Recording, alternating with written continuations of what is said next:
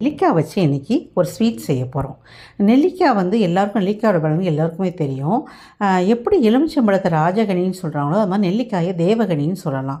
பல விதங்களில் உடலுக்கு நன்மை அளிக்கக்கூடிய நெல்லிக்காய் நம்ம பல்வேறு வகையில் நம்ம செஞ்சு சாப்பிடுவோம். நெல்லிக்காய் பச்சடி, நெல்லிக்காய் சாதம், நெல்லிக்காய் ஊறுகாய், இந்த மாதிரி பல வகையில் செஞ்சு சாப்பிடுவோம். இது வந்து நமக்கு வந்து இளமையாக நம்மளை வைக்கும், நம்மளுக்கு வந்து நல்ல ஆயுளை வந்து அதிகரிக்கும், நோய் எதிர்ப்பு சக்தி கொடுக்கும், கண் பார்வைக்கு நல்லது, தலைமுடி வளர்ச்சிக்கு நல்லது, மாதிரி பல பலன்கள் சொல்லிக்கிட்டே போகலாம். ஸோ அப்படிப்பட்ட நெல்லிக்காயில் ஒரு ஸ்வீட் செஞ்சு சாப்பிட்டா எப்படி இருக்கும்? இது வந்து நீங்கள் செஞ்சு சாப்பிடுவோம், குழந்தைகளும் இதை விரும்பி சாப்பிடுவாங்க. இதுக்கு வந்து நீங்கள் வந்து அந்த காட்டு நெல்லிக்காய்னு சொல்லுவாங்களே, காட்டு நெல்லிக்காய் இது வந்து நாட்டு நெல்லிக்காய்.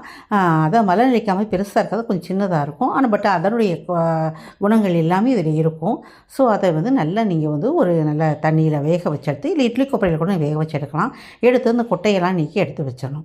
அப்புறம் இன்னொரு வானிலையில் தேவையான அளவு வெல்லம், உங்களுக்கு எவ்வளோ இனிப்பு தேவைப்படுதோ அந்த அளவுக்கு வெல்லத்தை போட்டு அதை நீங்கள் தண்ணி ஊற்றி அதை நல்லா கரைச்சி வடிகட்டி வச்சுக்கணும்.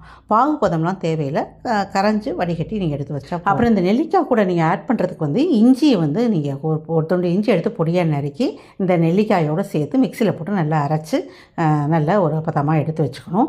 அப்புறம் வானிலையில் அந்த வெல்லம் கரைசலை ஊற்றி அதை லேசாக சூடு ஏறினோன்னு இந்த அரைச்ச நெல்லிக்காய் இஞ்சி கலவையை போட்டு அதில் நல்லா கிண்டணும். ஒரு ஸ்பூன் நெய் ஊற்றிக்கிட்டிங்கன்னா கொஞ்சம் உங்களுக்கு ஒட்டாமல் வரும். அதை நல்லா கிண்டி பதமாக கொண்டு வரணும்.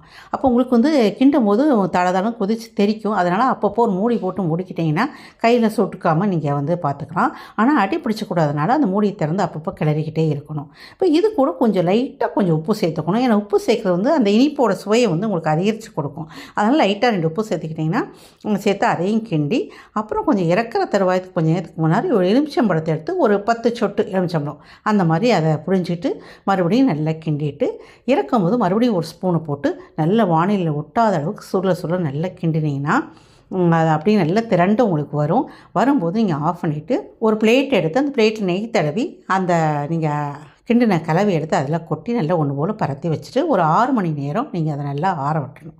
6 மணி நேரம் ஆகும்போது பார்த்திங்கன்னா நல்லா செட் ஆகிருக்கும். அப்போது வந்து ஒரு கத்தி எடுத்து உங்களுக்கு வேணுங்கிற அளவு சைஸ்க்கு நீங்கள் பீஸ் போட்டு எடுத்திங்கன்னா சூப்பரான சுவையான நெல்லிக்காய் பர்ஃபி தயார்.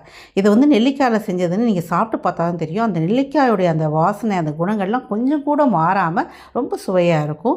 நான் செஞ்சு பார்த்து என் ஃப்ரெண்ட்ஸ்க்கெலாம் கொடுத்தேன், எல்லாம் ரொம்ப நல்லா இருக்குனாங்க. குழந்தைகளுக்கு நார்மலாக வேறு ஸ்வீட்ஸ் கொடுக்கறதுக்கு பதிலாக இந்த ஸ்வீட்டை டெய்லி ஒன்று கொடுத்தீங்கன்னா ஒரு நெல்லிக்காய் டெய்லி சாப்பிட்டோடைய பலன் அவங்களுக்கு கிடைக்கும். நம்மளும் ஸ்வீட் கிரேவிங்ஸ் வரும்போது இதை சாப்பிடலாம். ஒரு அருமையான சிம்பிளாக செய்யக்கூடிய இந்த நெல்லிக்காய் பர்ஃபியை நீங்களும் வீட்டில் செஞ்சு பாருங்கள். ஹெல்த்தியான விட்டமின் சி ஸ்வீட் தயார்.